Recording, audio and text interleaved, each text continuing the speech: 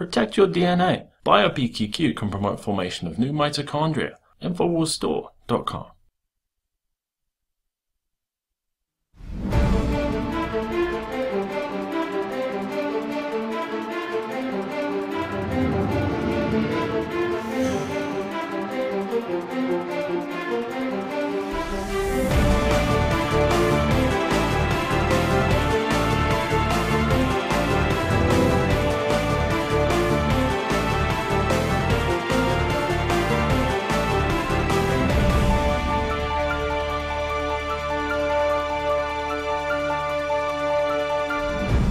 Good evening, everyone. This is the Infowars Nightly News. I'm Darren McBreen. It is Friday, July 27th, 2012. And here's a quick look at what's coming up. Tonight on the Infowars Nightly News, Darren McBreen follows up on yesterday's bombshell about the UN gun treaty that does ban guns. We focus on Article 15, which is a gateway for foreign troops to enforce the UN's gun-grabbing treaty. Plus, the Second Amendment wins an altercation in a Salt Lake City grocery store. Then, before the suspect could find another victim, a citizen with a gun stopped the madness. Also, we have confirmed reports straight from Big Sis that she is using drones for our, quote, public safety. And Aaron Dykes sits down with Fleshing Out Skull and Bones author Chris Milligan. This is a marathon interview you won't want to miss. All this and more on tonight's Infowars Nightly News.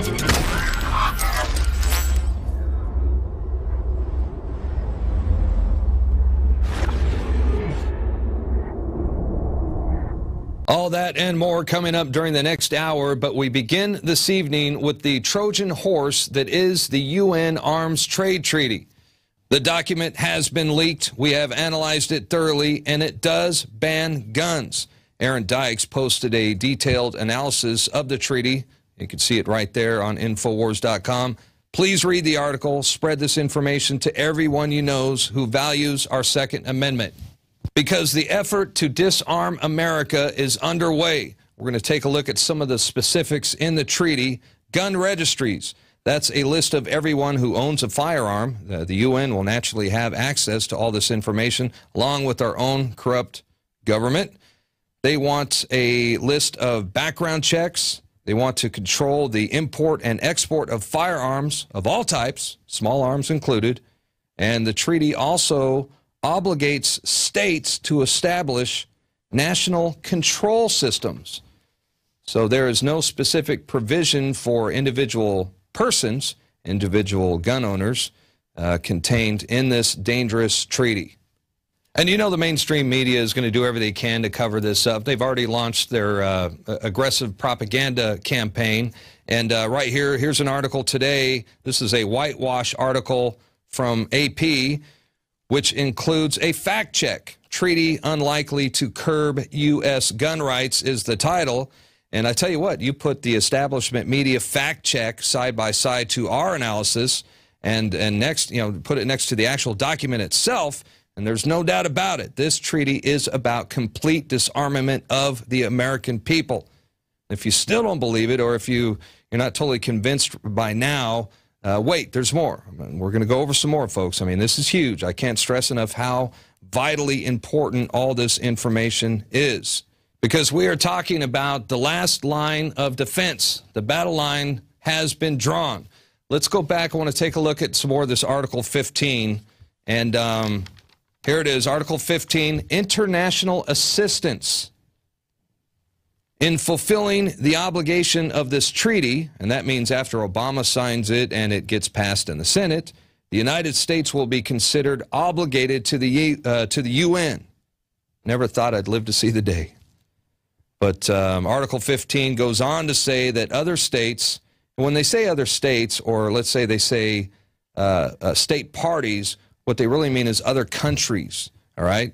So state parties shall afford one another to the widest measure of assistance, and it even says that other countries will be allowed to take part in investigations. So they'll be permitted to investigate American citizens. They can even take part in prosecutions and judicial proceedings in relation to any violation of the UN Arms Treaty. So there you have it, an effort to totally disarm the American people, and it includes foreign intervention. And if you don't believe that they are training foreign troops on U.S. soil, take a look at this exclusive video shot in Chicago. This actually shows Polish military and FBI. They're training with Illinois National Guard. That's right, Polish troops on American soil. And I don't know if you noticed, somewhere in the video it actually shows Polish troops. They participate with firearms moving American citizens. It's even got Boy Scouts in there somewhere. Now, I mentioned earlier that the treaty, the UN Arms Treaty, it includes aggressive background checks. And we're going to take a look right now at a video that was just taken a couple days ago with Barack Obama. And as timing would have it, you know, following the recent tragedy in Aurora, Colorado, well, Barack Obama had this to say about gun control. I also believe that a lot of gun owners would agree that AK-47s belong in the hands of soldiers, not in the hands of criminals.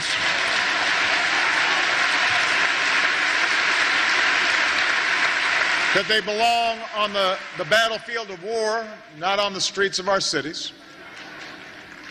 I believe the majority of gun owners would agree that we should do everything possible to prevent criminals and fugitives from purchasing weapons. That we should check someone's criminal record before they can check out a gun seller. That a mentally unbalanced individual should not be able to get his hands on a gun so easily. All right, that's key right there. What he said at the end right there is key. A mentally balanced individual. And, you know, on the surface, that sounds fine, right? I mean, who would argue with that? We want to make sure that you're sane, you're not a lunatic before you purchase a gun. But who does the government consider sane? You know, that's the key right now, because now it's up to them. They are in control. They are ones who decide who is sane enough to purchase a firearm or who is sane enough to actually own a firearm. And we've read the documents where they consider, you know, returning vets to be potential terrorists, very unstable. I mean, anyone with post-traumatic stress disorder, they're not getting a gun, folks, man. I'm telling you, they'll probably even diagnose people or vets with PTSD that don't even have it. All right, so this is getting out of control. You know, and this got me thinking about all these lists that are out there right now that the government put together where they consider, you know, average American citizens as dangerous. For example, now the Patriot movement is on the FBI's radar. LA Times even released a report that characterizes the sovereign citizen movement, that's me, and they consider that now a major threat. They even say it's on par with Islamic terrorism.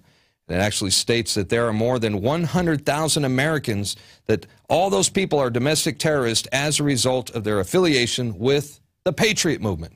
So how many of those people will pass a UN background check? Because if you're a Tea Partier, for example, or if you value your Second Amendment, if you're a constitutionalist, chances are they're going to think that, you know, you're going to be put in that terrorist or potential terrorist category. It says it right there. Chances are they're not going to allow you to have a gun. And that's just one of the many terror watch lists that have surfaced lately. Oh, here we go. What you're looking at right now, this is a screenshot from the Activist Post where they list 25 reports that can put you on the terror watch list. And, you know, this was created for local police and federal authorities to respond to, you know, this is basically an implementation of the Citizen Spy Program, or what they call the Snitch Program.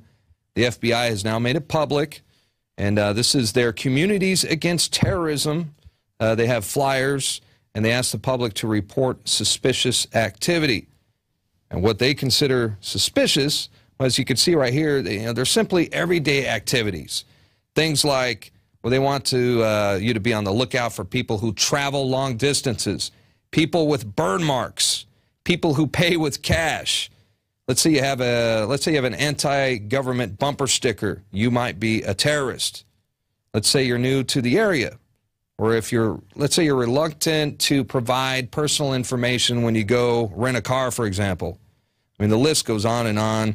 If you're wearing a backpack, if you're into martial arts, I mean, the list is out of control. Take a look for yourself. It's on Infowars.com. Just search for, it's called 25 reports that can put you on the terror watch list. Check it out. All right, and I think that, you know, that list is important to point out because it clearly demonstrates just how out of control our rogue government has become. And, you know, they're even making us domestic terrorists So, you know, and who do they consider mentally unstable? You know, so if they're going to put us on a terrorist list, chances are they will consider you and me to be mentally unstable. And if you don't think our military is capable of gun confiscation, well, we're about to show you a practice run in New Orleans. They actually did this. Check it out. You said guns will be taken? Yeah, no one will be able to be armed. We will take all weapons. Today in New Orleans, they got a lot tougher on the holdouts. Police department at your home! Not only the flooded areas, but New Orleans' driest and wealthiest neighborhoods, too. Police department! The police and National Guard going street by street, house to house, sometimes entering open houses with guns drawn, and instructions to disarm anyone inside.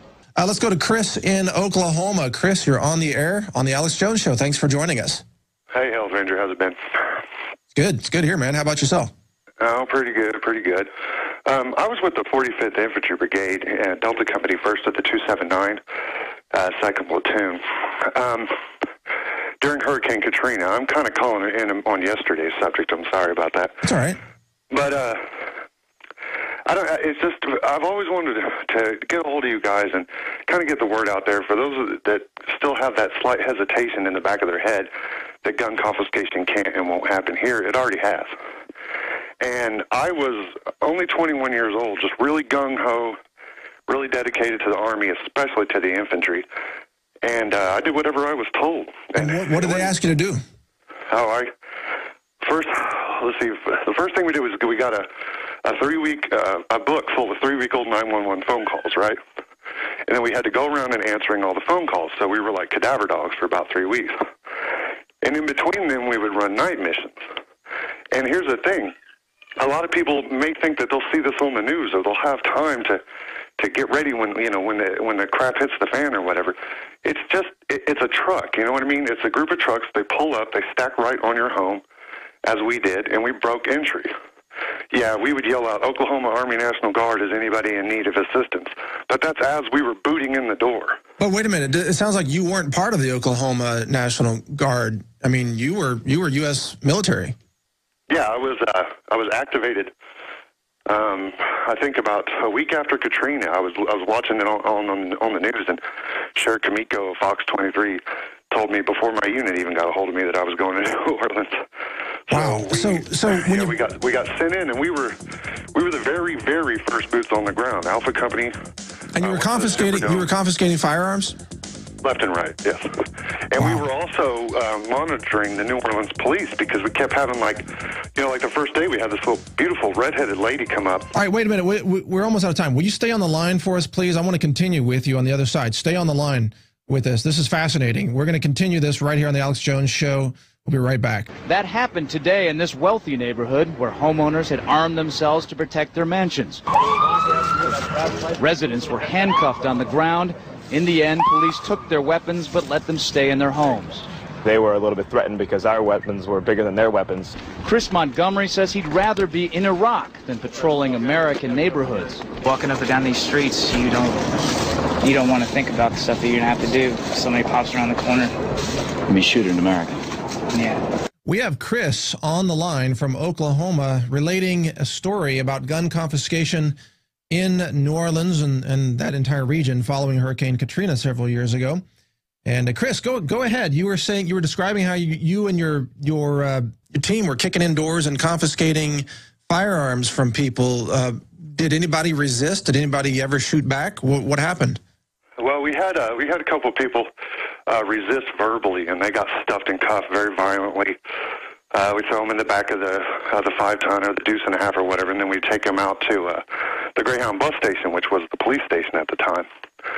Like what I was saying, before we came up, or before the break, I think it was like the second day we were there, this redheaded lady came up to our platoon's area, and she sat, or to our company area, she sat on the curb with her knees in her chest, just rocking back and forth, crying uncontrollably. She sat there for almost 27 hours, just refused to move. We talked to her, we did everything we could, just didn't want to, you could tell she had been through enough. She'd been repeatedly raped by men in NOPD masks and NOPD uniforms. Oh, you're kidding me. So Oh, yeah. So we were told, you know, at that point we were told the NOPD obviously isn't our friend. We need to start watching them. The FBI had us out there at Cooter Brown, which is the NOPD Sheriff's Brothers Bar. It's like the big cop bar there in New Orleans. Just so people know, NOPD's New Orleans Police Department, just for people who know. Yeah, definitely. Or it's not the police department. So a lot of those cops were then just total rogue. I mean, we saw a video of some of them going in and looting retail stores and things like that, but they were raping women down there? Definitely. Raping women. They were... we got two separate women that came to our company alone, and when I was there, I met cats from the California Guard, Indiana Guard, you name it, everybody was... And... But how... It was just a free-for-all. Police from all over the country, Dallas County... Dallas, Texas sheriffs down there. But how did you and your team justify to yourselves and each other that gun confiscation would help this situation when it was a free-for-all? I mean, isn't that a time when citizens need to be able to defend themselves? It never, you know, like I said, I was just ignorant as hell. And that's kind of something that I worry about with the kids today, you know, if they really realize what they're doing. You know, I had no idea. The only time it ever occurred to me that something may be wrong is we came up, we were down by the old French district. We came up to this man's house. He had a big wooden sign that says, "I'm here alone with my dog and my shotgun. Looters beware." We thought, you know, it's funny. Everyone stopped and took pictures of the sign. But eventually we took his guns. And we left him there with nothing. So now that you know what you know, now that you're listening to the Alex Jones Show and you're informed, what would you advise people to do if this happens again? Well, I called. I mean, no offense. I mean, Mike, we love everything you do. I'm a big fan of the Health Ranger, but I was hoping to get a hold of Alex for the fact that what do you do when they stack right? You know what I mean? Yeah. And they're prepped to come into the home. There's no negotiating with us. Trust me. There was no negotiating. Yeah. If you resisted, you died. That were the orders. You go after gun or you die. Yeah, but well, I mean, this is invaluable information. I apologize. We only have a limited time here. I got to let you go. We've got so much more coming up here, but fascinating. I hope you call back and get to Alex as well. You know, I'll pass on this conversation to Alex and let him know. But that's some frightening information, and I just hope that the military. That the members of the military say no. They refuse to engage in gun confiscation because no doubt there could be outbreaks of violence and a lot of needless death and bloodshed if that happens. But thank you for your call, Chris. That's very concerning. It was traumatic. All of a sudden, they were banging on the front door, the side door, and the back door. And they said, "Let us in." I'm saying, "Look at all my food. I got plenty of food." They kept pushing me back, and ended up like this. Then, Patty showed them a small revolver she was carefully holding in the palm of her hand. A camera crew was there to capture what unfolded next. I said, "It's not even loaded." And I dropped it on the floor. You got a gun? Well, they punched me in the face. Look at my black and blue marks. Look at... You said guns will be taken? Yeah, no one will be able to be armed. We will take all weapons.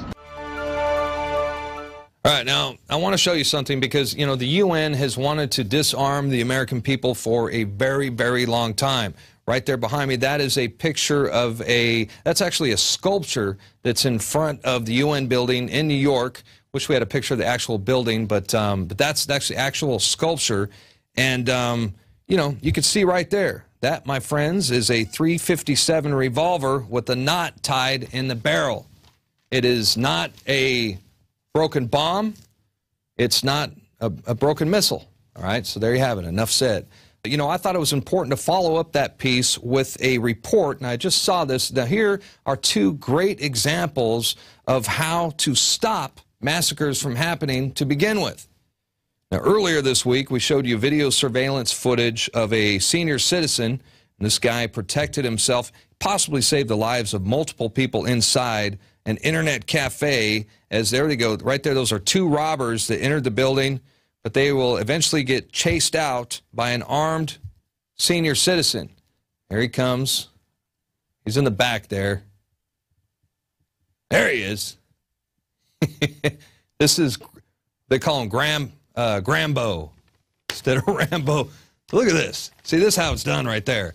And those two guys got shot, right? They lived, but Grambo took him out and possibly saved lives in the process.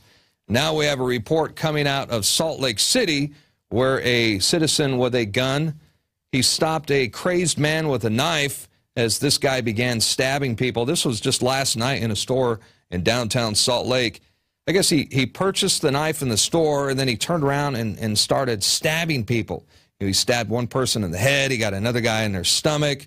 You know, their hands and arms got all cut up by this lunatic. I guess there were 2 victims, blood everywhere, until an armed citizen pulled out his gun and stopped the madness.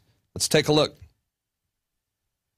Into a weapon. Within seconds, the knife-wielding man seriously injured 2 people. Then, before the suspect could find another victim, a citizen with a gun stopped the madness. And officers had high praise for the gun-carrying man who ended the hysteria. This was a really volatile situation that could have gotten even worse. I mean, we can only assume that, judging from what we saw, it could have gotten a lot worse. So he was definitely in the right place at the right time.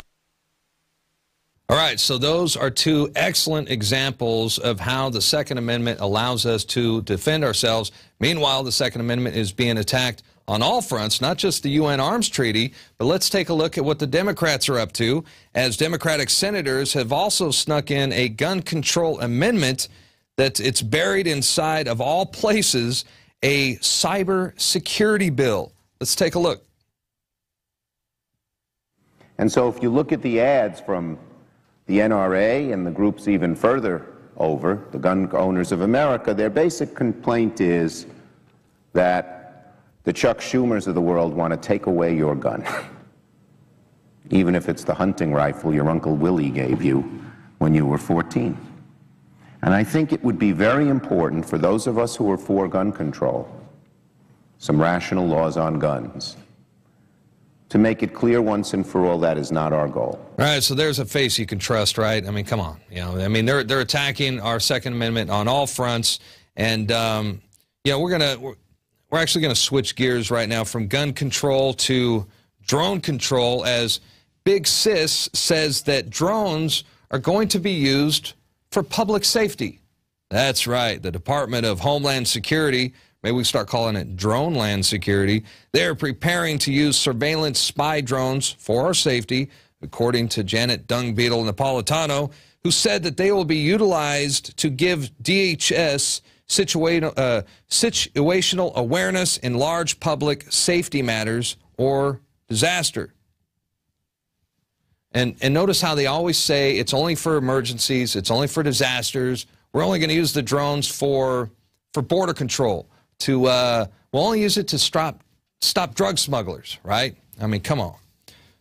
Meanwhile, the FAA predicts that there will be 30,000 drones over U.S. skies by the year 2020.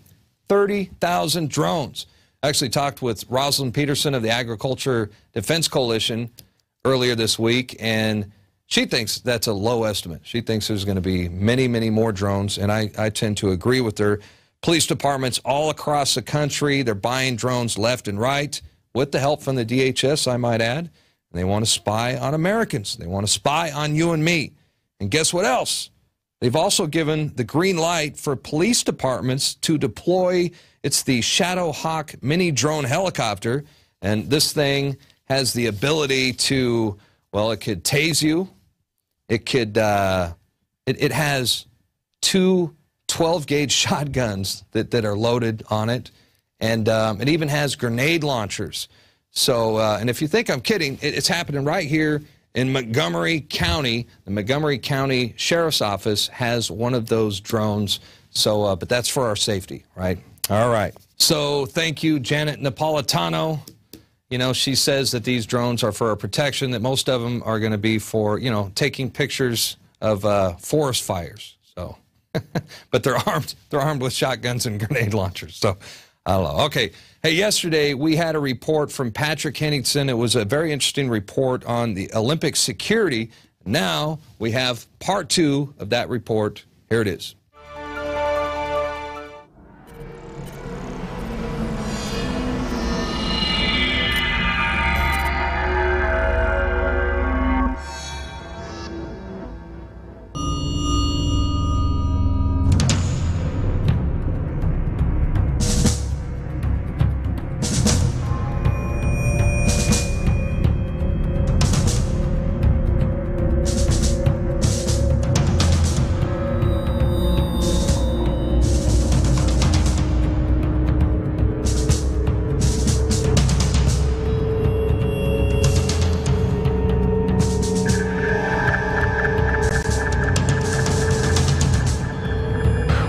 London at the official site of the London 2012 Olympics.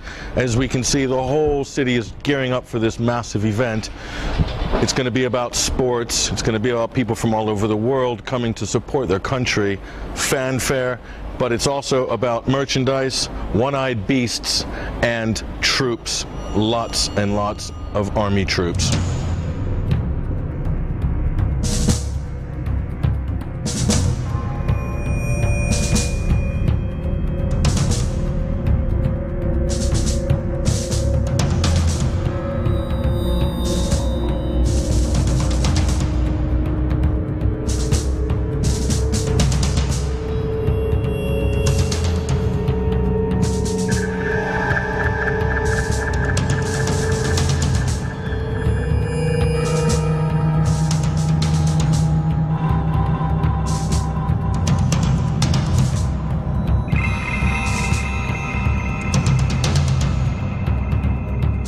There is no public access. The site is well sealed by invitation only. Much to do in the alternative media, mostly, and also on the floor in the House of Commons, has been made of G4S's failure to supply 10,000 security staff for the Olympic site.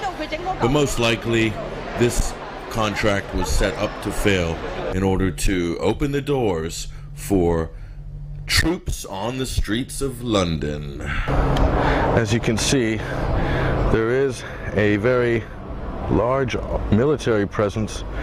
We're not sure which branch of the military these particular soldiers are from, but it only stands to reason as in a total of 17,000 troops are currently being deployed in and around London to cover security and public evacuation contingencies during this Olympic 2012 Games. We did not have the proper security credentials, but yet we gained entrance into the main site. And again, there is the Red Berets from the British Army, I believe. They'll be covering the shortfall of the G4S security debacle during this Olympics. Whoa, there they are, making their presence known. I'm not sure if these are British troops or if they're foreign or NATO troops. Let's try to find out. They're not carrying any weapons. If something did happen, if there was an incident, I don't think they would be able to do a whole lot. Not any more than a normal police officer would, or even a normal qualified security guard. If we're lucky, we'll be able to catch one. Oh wait, hold on, there we go. There's one of the guys we're looking for. He's busy protecting from Islamic extremists. So let's see. There he is. Members of the military. It's not a bad thing having the troops around because it's great. You can pose for pictures with the kids. It's really fun for the whole family. As you can see, they're really enjoying that. Thanks, guys. Nice one, guys. Yes. But again, it's about acclimating the population to the presence of military troops and heavily armed officers all the time at every major event. But their presence is absolutely unmistakable. Everywhere you go, there are troops all over this site, in the village itself, which is where I'm at, and at all the entranceways to all the public transport. Iraq, Afghanistan, Sierra Leone, and now our troops are being deployed in East London to provide security for a sporting event. Oh, how far we've come in the 21st century. And it's all about getting us used to troops in our lives every day on the street, keeping us safe.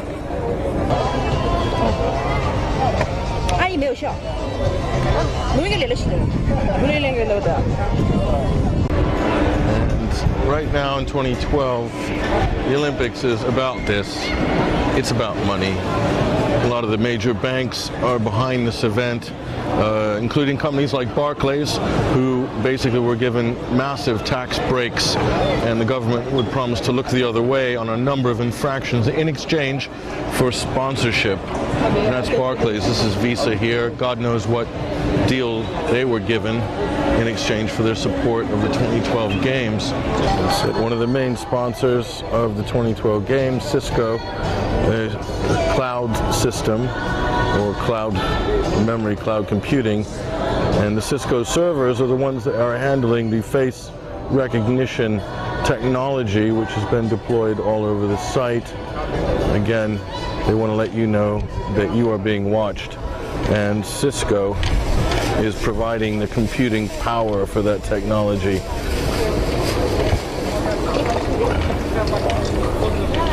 No access into the Cisco area unless you have the proper pass, or this lady will send you home. And of course, one of the biggest talking points about this Olympics is the security. They're everywhere in the thousands. One of the biggest concerns for any public event, naturally, is whether the people are going to be safe and secure. But the question is, what is the threat? We saw earlier the heavily armed police. This is the G4S variety of security, ready for anything, ready for any eventuality. Here we are again, just outside the main site. And one of the main things to sort of pay attention to here is that the site, the Olympic site itself, is totally self-contained, completely and hermetically sealed. So you have to ask yourself the question, why on earth would you need to employ 10,000 security to patrol a site that is really nothing more than a square mile at the most?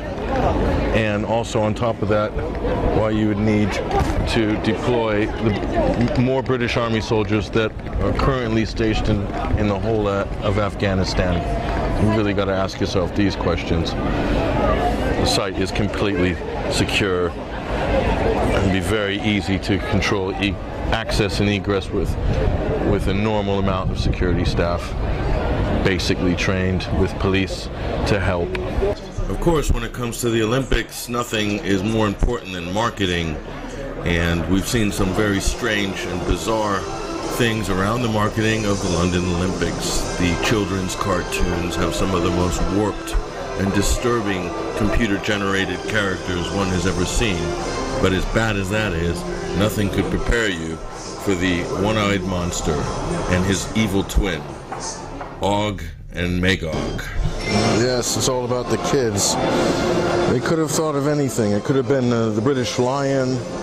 It could have been the Beefeater. It could have been the Buckingham Palace Guards or the British Bulldog. But they chose a one-eyed Cyclops as the mascot for London 2012. God knows what was going through their head when they concocted this little beast.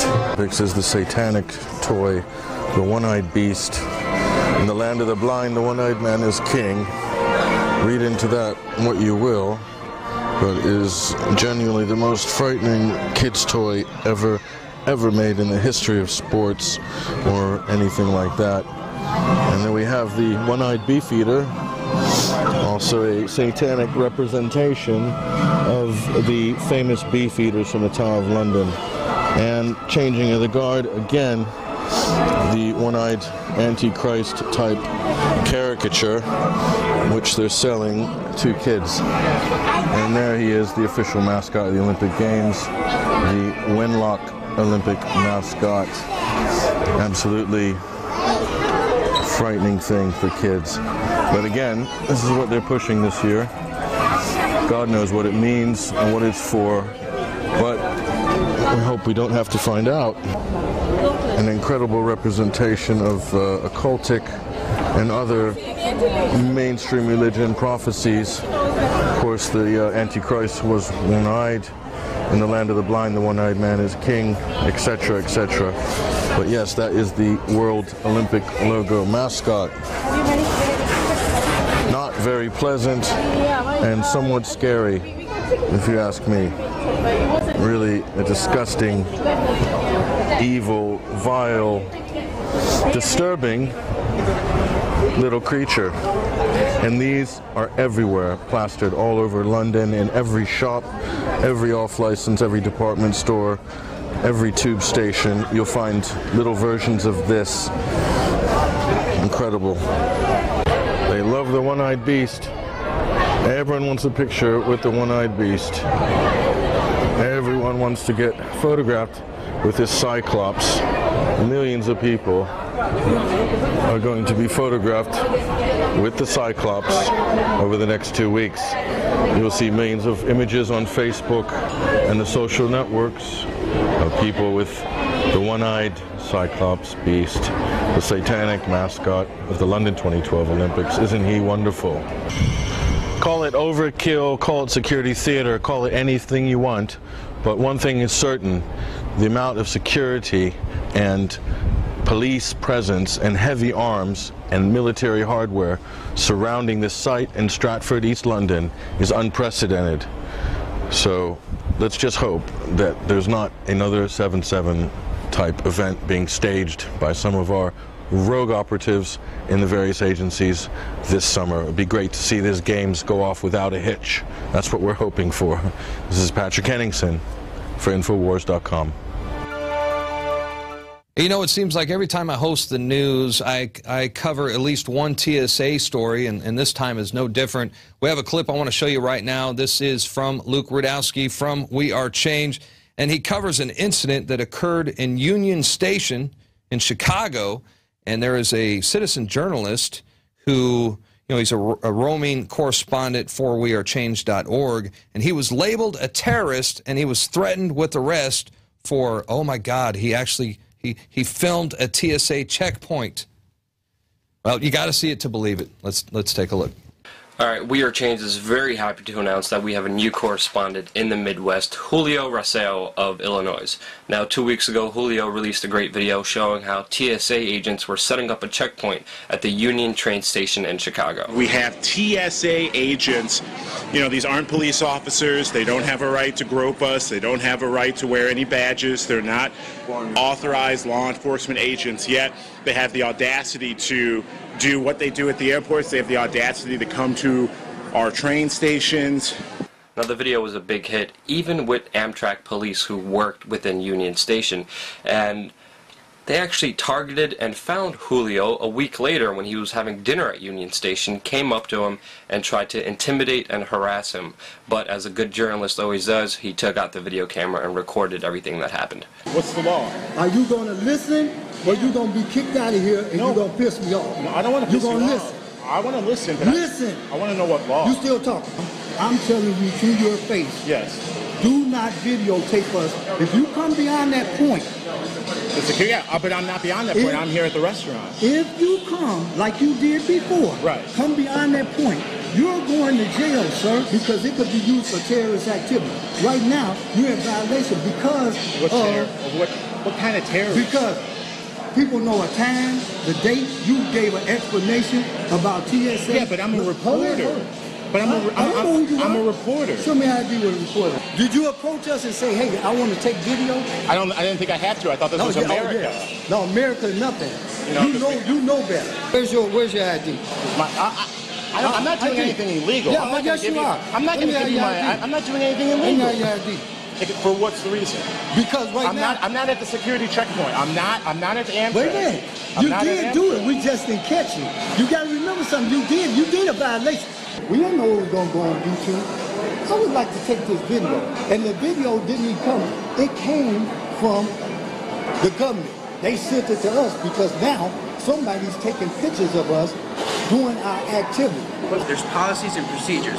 You're obviously a rookie journalist because any seasoned journalist would know that you follow policy and procedure. Your policy, if you wanted to record, was to go to the management. It was an impromptu recording. Yeah, go ahead.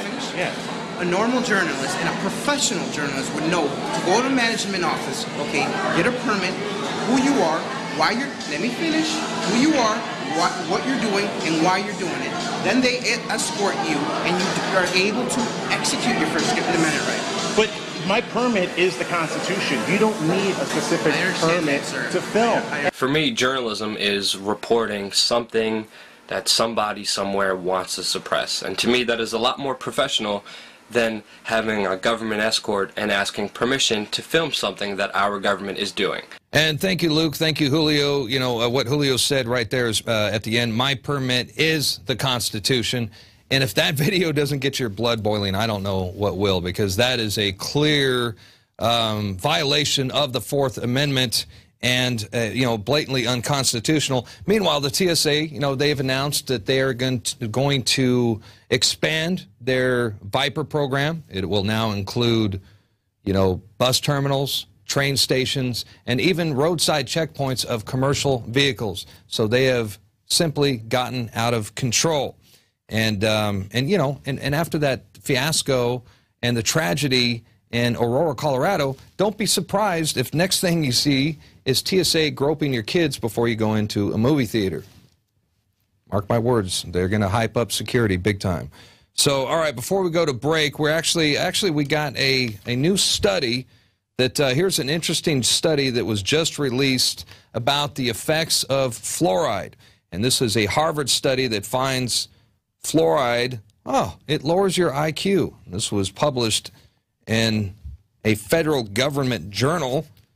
Harvard study finds fluoride lowers IQ. Harvard University researchers' review of fluoride brain studies conclude, quote, our results support the possibility of adverse effects of fluoride exposure on children's neurodevelopment. And it goes on to say significantly lower IQ than those who lived in low fluoride areas. Further, the EPA says that fluoride is a chemical with substantial evidence of development neurotoxicity. You know, we've been telling you this stuff for years, folks, but how much you want to make a bet that it's not going to prevent, you know, most cities from removing the fluoride from our water supply. In fact, they might even make it a state mandate, you know, that the state will step in and make sure that all the communities fluoridate our water supply. But interesting results just the same. Hey, and that's going to bring us to our quote of the day. This one from Henry Kissinger.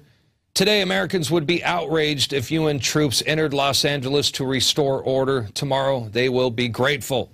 This is especially true if they were told there was an outside threat from beyond, whether real or promulgated, that threatened our very existence. It is then that all peoples of the world will pledge with world leaders to deliver them from this evil. The one thing every man fears is the unknown. When presented with this scenario, individual rights will be willingly relinquished for the guarantee of their well-being granted to them by their world government. That was Henry Kissinger in an address to the Bilderberg meeting in France. This was back in 1992. And that's going to do it for the first half of our show. We're going to take a quick break, but when we come back, Aaron Dykes sits down and talks with the author of Fleshing Out Skull and Bones. His name is Chris Milligan, and he will be with Aaron Dykes via video Skype when we come back right after this.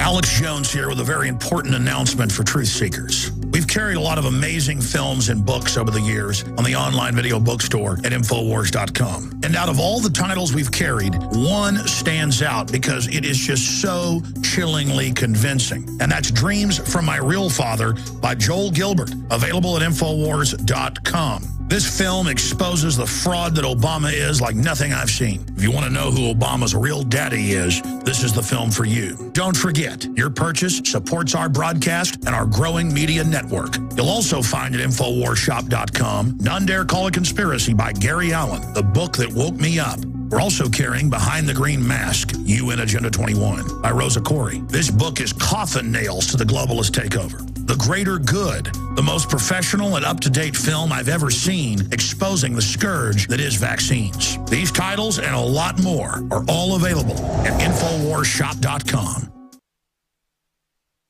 Sick of the globalist eugenicist control freaks adding poison to your water and laughing as you get sick and die? Start purifying your water with ProPure. My friends, I've done a lot of research, and the best gravity filter out there, bar none, is ProPure, and it's available discounted at Infowars.com. Its filters are silver impregnated to prevent bacterial growth. There's no priming required. It's NSF 42 certified. Optional fluoride filters can reduce fluoride up to 95%. Easy to set up and use. Doesn't require electricity. Purify water from lakes, streams, ponds, and wells. This filter system leaves in beneficial minerals, which is key. Save money by not buying bottled water and avoid BPA that leaches from the plastic. ProPure is the best gravity-fed filter out there. It's what my family uses. Infowars.com already has the lowest price on ProPure. But if you add the promo code WATER at checkout, you get an additional 10% off at Infowars.com. You can also call to order 888-253-3139.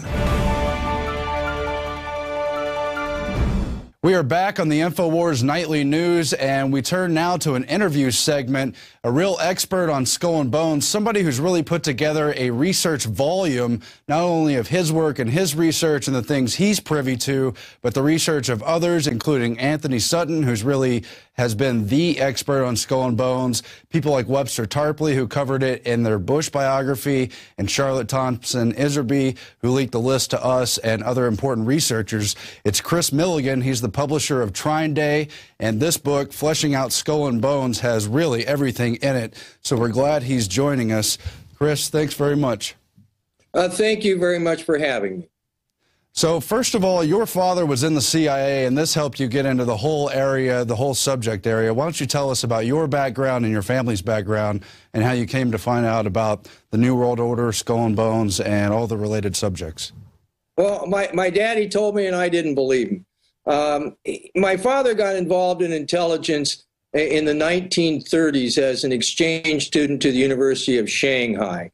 And he left Shanghai in 1937, went across the Trans-Siberian Railway, went through Moscow, Berlin, ended up in London at the World Council of Conference Churches with the Dulles brothers. And then as soon as he graduated in 1939, he ended up going directly back to Washington, D.C. He had been scheduled to go to school in Switzerland, but the war came along, and he was soon working in the basement of the Library of Congress under Archibald MacLeish, who was a member of the Order of Skull and Bones and who was a Librarian of Congress and a member of OSS. And my father was in COI, which was Donovan's Wild Bill Donovan, the gentleman who headed OSS, his first organization, and then he was in OSS. And then in 1943, he got involved in deep politics. They took him out of the basement of the Library of Congress, put him into the military, gave him 2 weeks of training, which was the shortest amount of training you could give somebody and certify him as being in the military, which was medics training, made him a lieutenant, and also put him in G2, and then put him on MacArthur's staff because there was people in Washington that didn't quite trust MacArthur and Willoughby, who was his aide.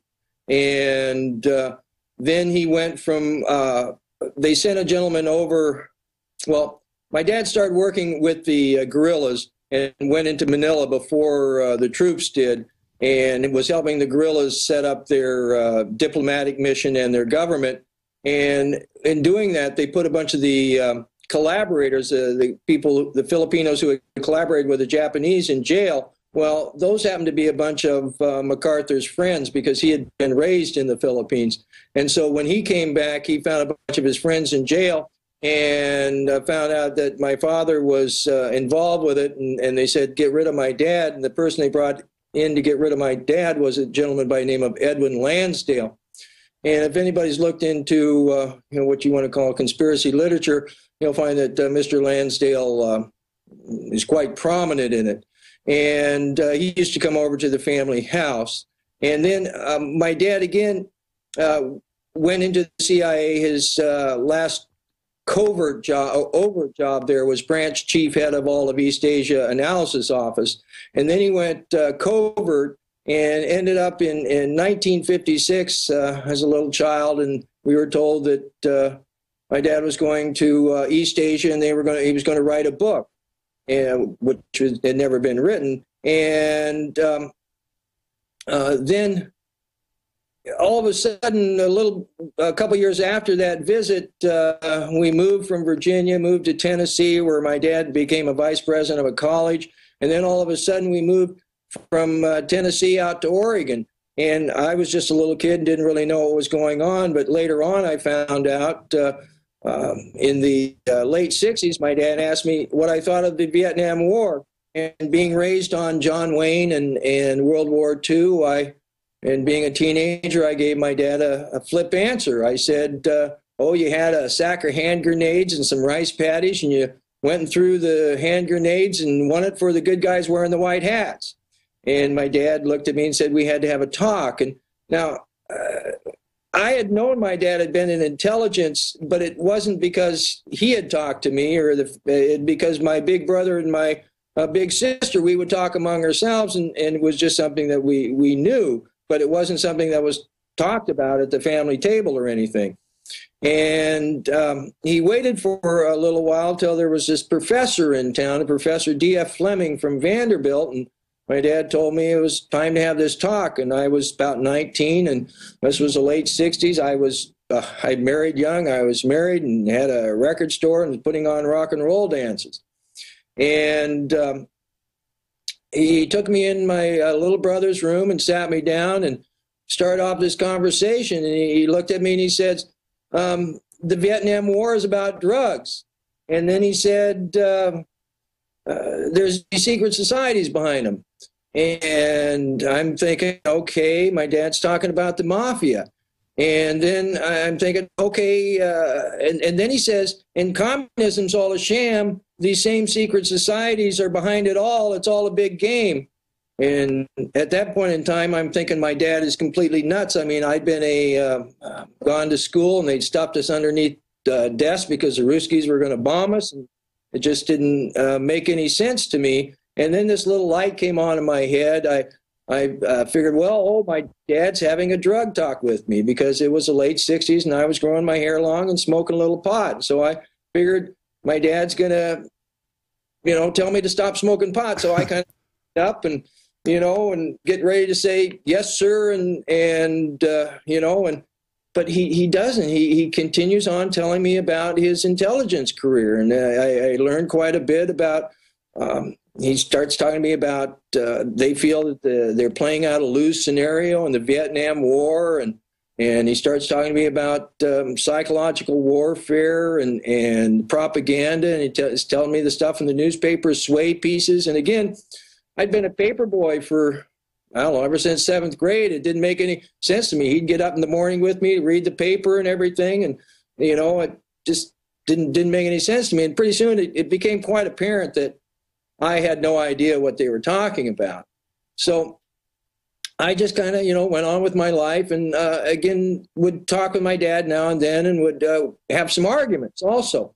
And one thing I learned out of those arguments was that he told me that there was a plan to opiate my whole generation, the whole boomer generation. And it just, again, I didn't quite understand it, but I started to read about, well, I'd always been reading about the Kennedy assassination, but I started reading about CIA drugs and stuff like that. And I would tell people about some stuff that my dad told me, and they'd look at me and they'd say, well, you're a conspiracy theorist.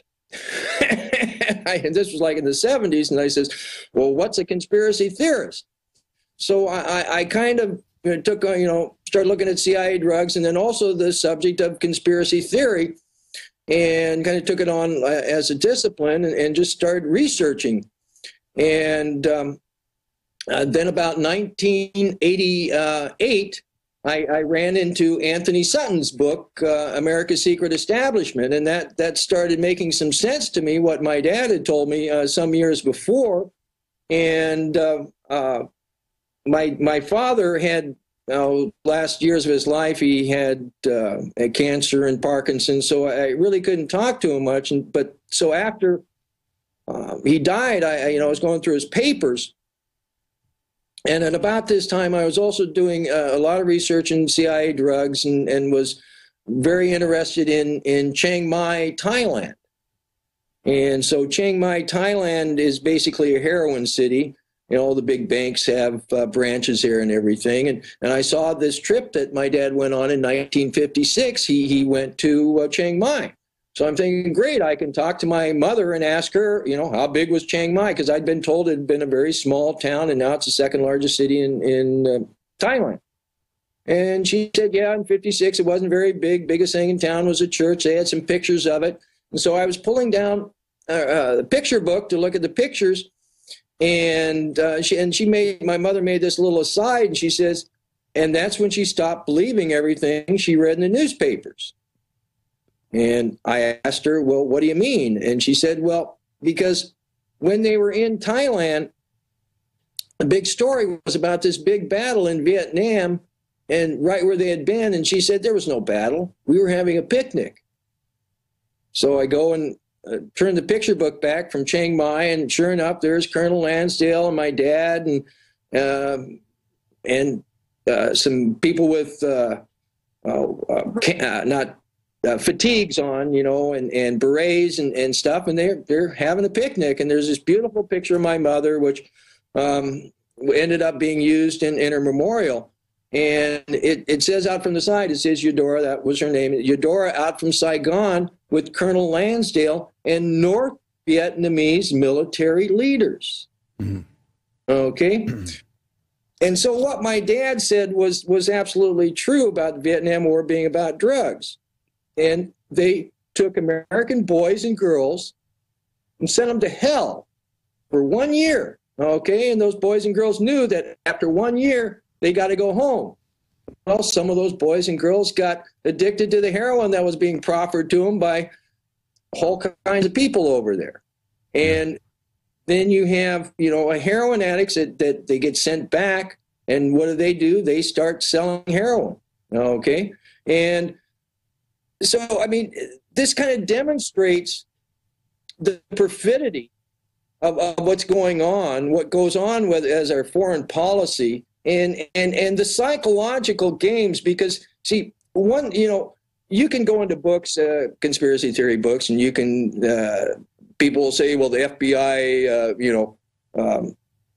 made the Summer of Love and all of this type of stuff, and basically that's they did want to create a drugged out peace generation as an antithesis to our parents' generation, and also as I call them a hat rack in the room, but something that you can talk about. And they were able to, use that as a pretext for the war on drugs, which is still going on, to assault our Constitution and to move us away from our republic into the empire that we live in now, And so that's how I got into it. My dad told me some things I didn't believe, and I started looking into it. And once you start looking into this material, you find validation. And I would get books, and I'd read the book, and I'd get to the end, look at the bibliography, go to those books, and pretty soon you're out of conspiracy theory books, and you're into dry books about banking and business and all kinds of other stuff. And because it's not easy talking about this stuff to people. You get called names, you get all kinds of, BS. And, if it wasn't true, Lord have mercy, I would have dropped it along. Right. I would talk with Anthony Sutton. I asked Anthony, and in the book, there's Anthony's last, words, and we took a bunch of things out of his different newsletters and out of his bibliography and put him in there so people know who Anthony was, because Anthony gave up. I asked him one time, was this a good career move, looking into Skull and Bones? And obviously not. He had to laugh. Yeah, there was he even before he was looking into Skull and Bones, he was working at the Hoover Institute at Stanford, And well, hold on a second. Let's get into that after. Let's just start with the most basic question, because we have new viewers out there, but also for the old people who do know what Skull and Bones. Let's just talk about what is Skull and Bones. We know they have very prominent members in positions throughout government, in media, in business. But what is the group itself? And then let's branch into Sutton's writings and the things he discovered. Well, they're a secret society. I mean, you know, they try and say, oh, we're just a fraternity or stuff like that. No, but they are the classic definition of a secret society. And if you look at them through sociology, secret societies are the same all over the world. You've got an outer layer that are good for favors and window dressing. In Masonic circles, they call them porch brethren. Then you have an administrative cadre, because at any time you have people who turn the lights on and turn the lights off. And then you have a core group. And the core group at Skull and Bones, they're all related. At any secret society, the core group is all related. They're all cousins.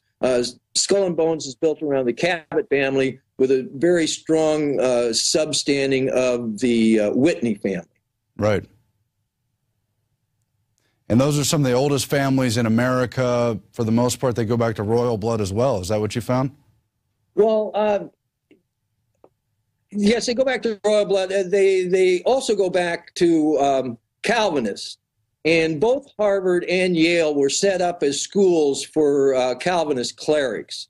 And the group that actually came to New Haven, where Skull and Bones is based, were, besides being Calvinists, were hyper-Calvinists. And Calvinists, you know, they believed that Christ only came for them. You know, they were going to be, there was going to be a new world, and they were going to be one of the 144,000. They came over with a judge and a prophet, and only certain male landowners could vote and stuff like that. They had the 7 pillars of the community. And they also believed in a thing that is called hyper-Calvinism. And with hyper-Calvinism, they not only believe that there's an elect in heaven, but they believe there's an elect in hell. Mm-hmm. And you take that type of belief, and then in the late 1700s, the early 1800s, you had the Enlightenment come in, which brought in Western ritual magic, brought in, you know, the stuff about Egypt and Greece and stuff like that. And you take Western ritual magic and you kind of marry that, which is very dualistic, and you marry that with this Calvinist belief of there's an elect in hell, and you end up with a group like Skull and Bones, which, when you look at them from an occult standpoint, from a magical standpoint, they're sorcerers who perform death magic. They believe by killing people, they get power. Wow. That's chilling right there. So, but then that's not exactly the things Anthony Sutton was writing about. He was very much dealing with things from foreign policy standpoint. Where does the secret society and ritual magic elements, where does the rubber meet the road with the tangible things we see our government doing and so forth and so on? In Elite Deviants, one thing they talk about, they say that between 1860 and 1960, there were 2 big, large federal corruptions. Then starting in 1960, we get these huge corruptions that happen that have very big social consequences. And the thing that's most interesting is almost the same players are involved with it, and the same institutions. And you see, it's my contention that one of the things that Skull and Bones does through their control of the government, because, you know, part of their shtick, we can go back to Washington when he was talking. We had a first Illuminati scare here in the late 1700s, and he wrote a letter. Somebody asked him about the Illuminati, and he said, yes, the Illuminati are here, and their tenets, their basic tenet is to divorce us from our institutions and you know, our faith, our family, and our government. And part of their shtick is for them to make us think that our government is bad and evil. And our government is not bad or evil. We need government, okay? But they have corrupted our government and used our government against us.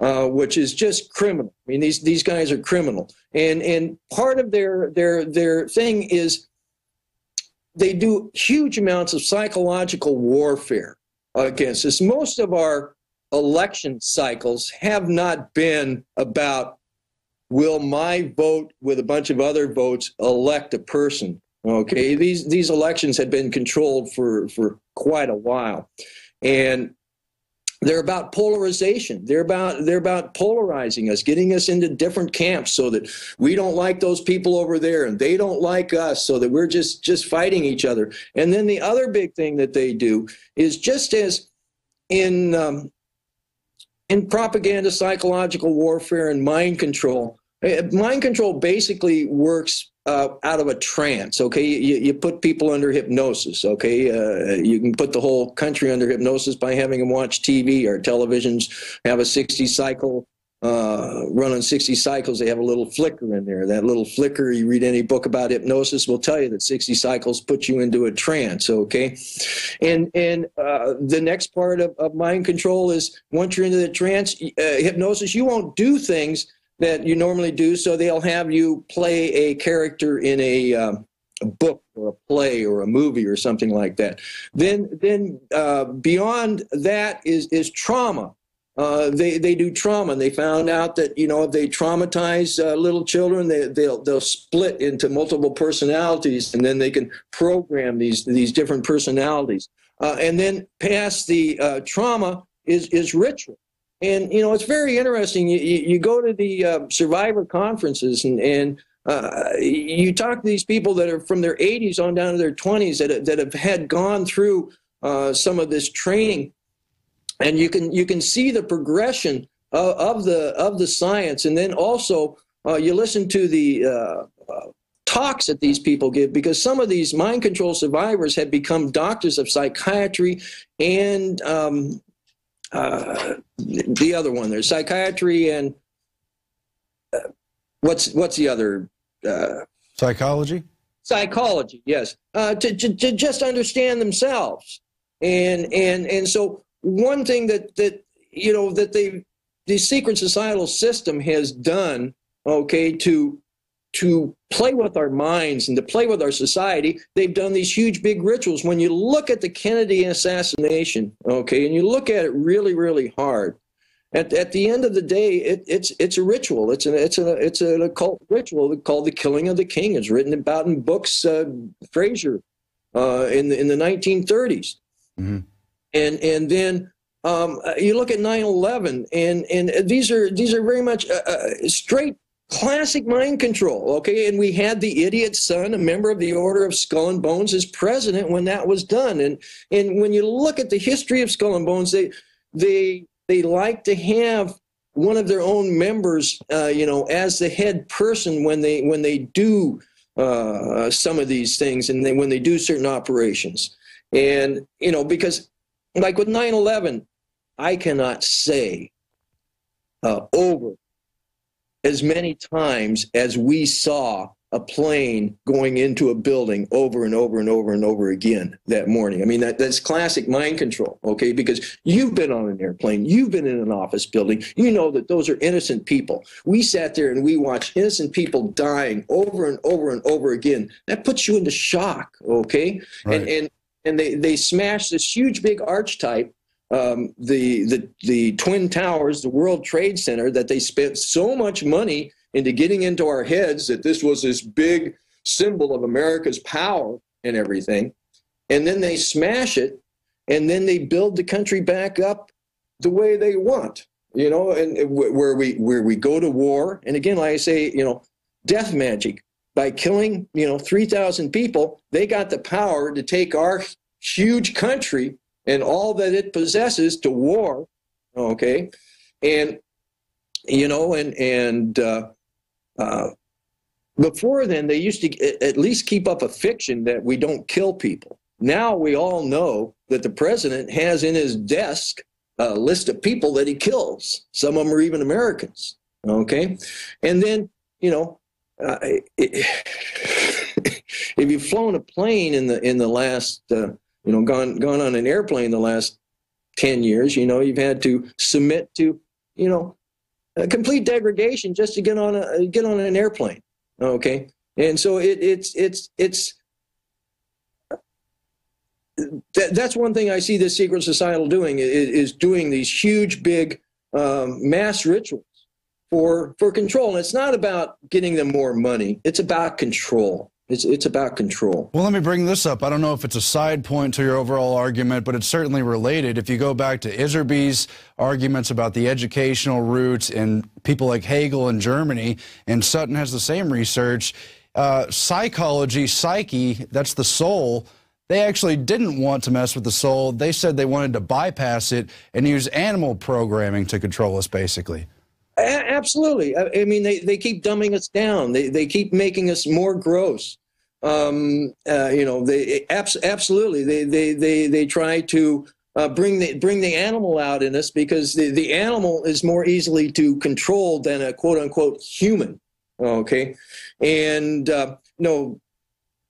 Johann Wolfgang Fichte, his third address to the German people in 1805, says, we're going to take your children and we're going to teach them when and how to think. And they created the three schools, the academies for the elite, the institutes for the helpers of the elite, and the folk schools. And they found that if they took the classical education, broke it apart, didn't teach a bunch of the subjects, like they didn't teach you dialectic, they don't teach you logic, they don't teach you rhetoric, then you couldn't stand on your own 2 feet, okay? And they put bells in between, taught the subjects for about an hour, put bells in between. They found they could put a false construct around us. I mean, it's absolutely true. I mean, Dewey and Mann weren't members of the Order of Skull and Bones, but every time that Dewey and Mann needed money, there was a guy from Skull and Bones handing them money so they could go to Germany and bring the Prussian education system here. Right, and there were other educators who were members of the order, and Iserby and Sutton outlined who they were and when they went over and how they're connected. Absolutely. You had Daniel Coyne Gilman is one of them, I think. Right. Gilman. Well, Gilman was a very interesting gentleman. He was one of their not their last beard, their second to last beard. And beard, I mean front man for Skull and Bones. And he incorporated Skull and Bones and was a librarian there at New Haven. And then he went on to become the first president of Johns Hopkins University, which basically gives us the the medicine system that we have today, and was also the first president of University of California there in Berkeley. And there's a street named after him there, and there's a big connection between San Francisco and Skull and Bones. Yeah, flesh that out for us, if you will. Well, here's how the secret societies rule the world. Okay, I mean it's a basic Leviathan of 3 levels, and each level has 3 parts. And the top level is mining, metal, and money. You know, and if you think about it, it kind of makes sense. I mean, if you control the mining, then you have a good chance of controlling the metal, then you have a good chance of controlling the money. I mean, it used to be that our money was metal. And when you look at Skull and Bones, when you look at the members, you know, you find a lot of mining engineers. Matter of fact, Charlotte Iserbyt's family came into it through her mining. Grandfather, who was the first member, was a gold mining engineer. And but like the Dodges and the Kellogg's of Skull and Bones aren't the Dodges and Kellogg's of the cars and the cereal. They're the Dodges and Kellogg's of minings, and they have the Ansons and the Stokes and the Phelps and all of this. And you look at the history of California and Arizona both, and you find these guys from Skull and Bones there scooping up the mineral rights right at the beginning. And then the next level is drugs, guns, and oil. And it was a gentleman from Skull and Bones, Dr. Benjamin Silliman Jr., who in 1855 made gasoline for the first time out of petroleum, rock oil. Okay, and he did this for the Rock Oil Company of Pennsylvania, and it was based in New York, but and it was for the Bissells and for the Townsends. And he wrote a report, and he said, "Gee, gentlemen, I think you have some very inexpensive products with a very inexpensive process. It's some very valuable products with a very inexpensive process. And as soon as he wrote that report, the Pennsylvania Rock Oil Company of New York passed into hands of investors of New Haven, Connecticut. And then they proceeded to monopolize everything around oil. The internal combustion engines patents go back to the 1840s. They'd been using a coal gas that you can make, and they proceeded to just monopolize it around health, around plastics, and so much so that Mr. Diesel over in Europe, and if you read his writings, he says, I'm doing this because I have a social consciousness and I do not want the small industrialist and the farmer to be beholden to this monopoly. So he presented his diesel engine at the Paris exhibition of 1900, ran it 24/7 on nothing but peanut oil. Mm-hmm. Anything you can squish between two stones, okay? Well, they hounded his patent, they hounded his money. Finally, a guy in England said, oh, Rudolph, I'll help you. So Rudolph got in a boat, and everybody woke up the next morning, and Rudolph had He had a little accident. He committed suicide, jumped overboard, and soon his engine then was retrofitted to run on petrochemicals. And, it was started to run on just, any kind of bio fuel. And the only reason we go to the oil store is because these guys own it. And, drugs, Skull and Bones was started by a drug smuggler and a family and a politician. The politician grew up to be the Attorney General of Ulysses S. Grant administration, very corrupt administration. And from a pragmatic standpoint, okay, if you want to look at their ability to control the country, okay, it goes to the 13th Amendment of the Constitution. There used to be a completely different 13th Amendment of the Constitution. It was ratified in Virginia, printed there, printed in constitutions up through the 1870s, okay, when this gentleman was Attorney General.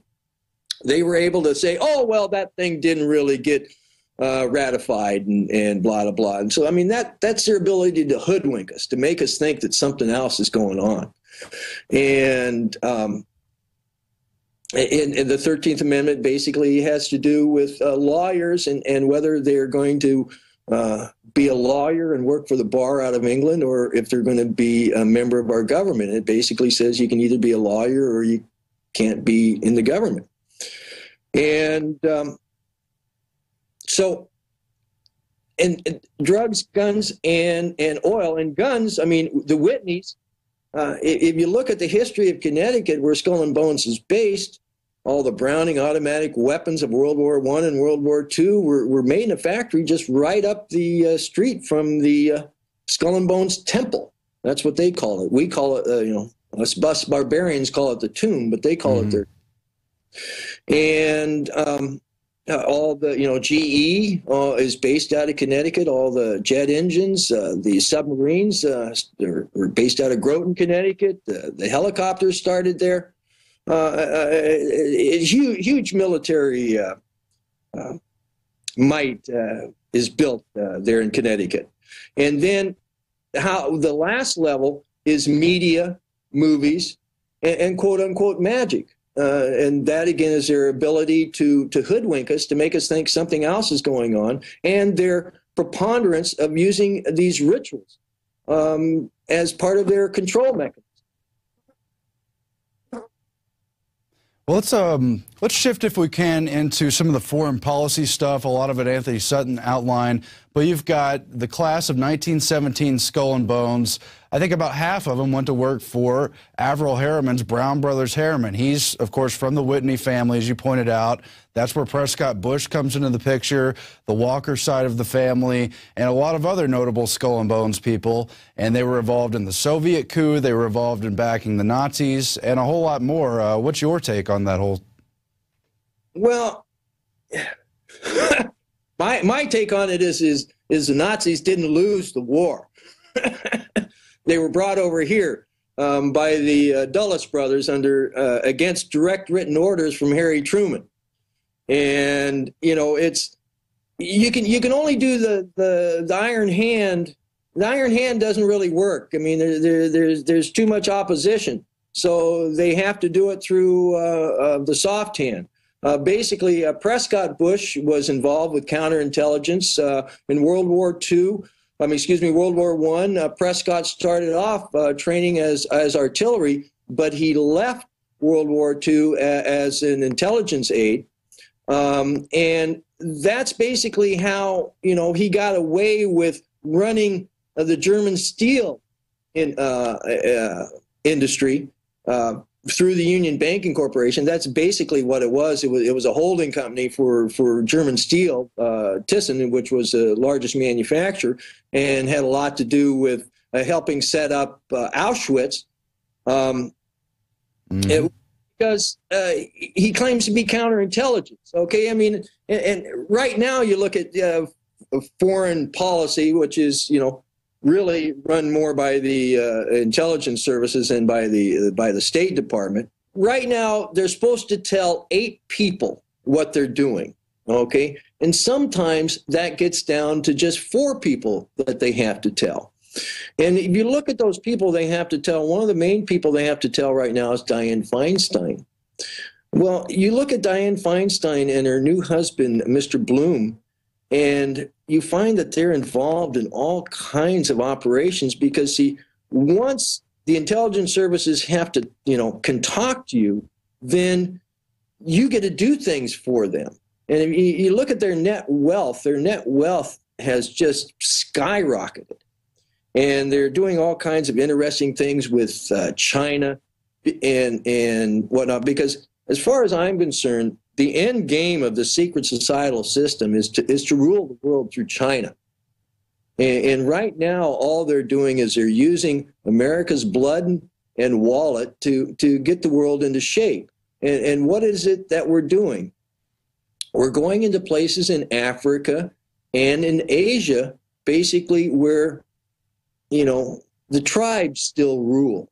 Okay, there's no really government rule. Okay, and so it's basically kill the Indians and take their land, and once they get the world into shape, okay, China stands up and says, "Cur American war dog, we're Chinese. We've got 5,000 years of civilization. Confucius, peace, peace, peace. Oh, and by the way, please send all the money to us because we have all the factories." And, so, I mean, that's what I see the secret societal system. And their foreign policy has basically been about control, about controlling the foreign policy, getting America, involved. I mean, and again, going back to the founder, you have William Huntington Russell, the drug person, and then you have Alfonso Taft. Okay, Alfonso Taft was Secretary of State and also Secretary of War, among many other things. And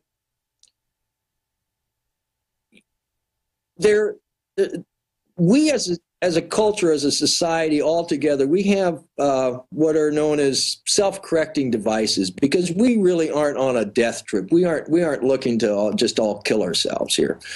And the first self-correcting device is something I call it the dark hallway. It's known to us as the historical dialectic. And basically, you walk down a dark hallway a while and you bump into one side, and then after a while you bump into the other side. Well, I say some things that I know that are true about drug smuggling, intelligence agencies, and secret societies. And then I find people that I know that are spooks saying stuff just a little bit wilder that has some truth in it, but also has a bunch of non-truth in it. And that's because by controlling the extremes, you control the middle, okay? The next self-correcting device is a thing called the cycle of generations. And again, there's a very good book out of sociology called Generations, A History of America's Future. And they go in back to the 12th century and show how there's these 4 generations that continue through history, and they just help each other move things along. And they show in that book how, because of the Civil War and the assassination of a president, there was a generation that didn't cohese. And some of the people went out, joined the generation ahead of them. Some joined generations after them. Some just went out in the woods and did weird stuff. Well, once we're only 3 instead of 4, we're weaker as a culture, as a society. And with that weakness, and they're starting to control the government, they were able then to get us into the Spanish-American War, which was, done through a false flag event, done through, It was an admitted fraud, using the media to goad them all along. Right, yellow journalism, okay, and at its core, it was about drugs, okay, because you see, these guys made huge amounts of money smuggling drugs to China. After the Second Opium War in the mid-1800s, they lost their cash cow. Okay, it took a while for the Chinese to realize that, wait a minute, I don't need you smugglers anymore. I can just call up India and have them send me a boatload and I'll pay the duties and whatnot. But you can see in international finance where they lost their cash cow and they went from, controlling numbers in corporations to not as much. And so, because the Spanish-American War, you had Teddy Roosevelt, and see, the Roosevelts were heavily involved with the opium trade at one time. They were ship owners and ship captains. And then Franklin Roosevelt's grandfather, Warren Delano, was the chief factor for Russell and Company in Canton for 20 years. And so the family was heavily involved with it. Well, Teddy Roosevelt was Under Secretary of Navy. He told the Secretary of the Navy had the gout one day. And this was before Spanish-American War, and the Secretary went home early. Teddy stepped up to the desk, sent off a bunch of messages. The Secretary of the Navy came back the next day and said, "Teddy, what did you do?" and never left again early again. And basically what Teddy had done, he'd sent some messages to Dewey, because once the war got declared, we didn't go into Cuba right away.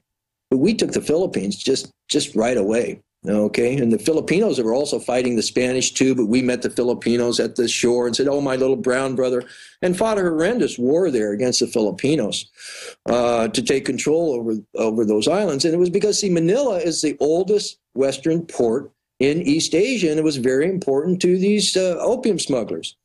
And so Arthur MacArthur was the first military governor of the Philippines, and who they sent over to be the first, they declared the war over before it was over and sent over the first civilian governor, and that was William Howard Taft, son of the founder of the Order of Skull and Bones and a member of the Order of Skull and Bones. Well, William McKinley asked Taft twice to be on the Supreme Court. That's a lifetime appointment. He turned him down twice. And if you look at the historical record, then McKinley got shot, and Teddy Roosevelt became president, and he asked Taft to be Secretary of War, and Taft said, "Okay, I'll be Secretary of War."